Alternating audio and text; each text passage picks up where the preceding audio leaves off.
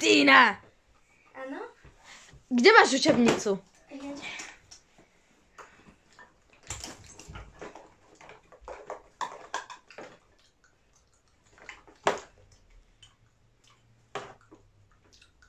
Kde ňu máš?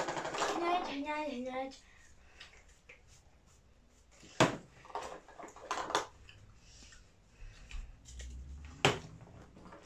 Hneď to bude. To nič, tatko mi kúpi novú. Ja som si asi tak trošku zabudla doma. Valentína! Milan, Čo je? odlož to jedlo. Ešte trošku. Milan,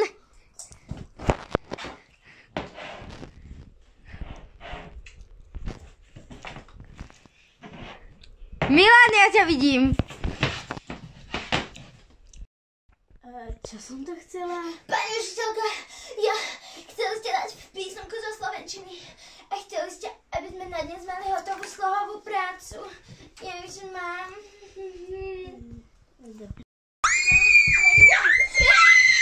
Ticho! Pani učiteľka sa snaží učiť a vy ju vôbec nepočúvate. Ako by vám asi bolo príjemné, keby vás niekto ignoroval. Tak ju začne počúvať.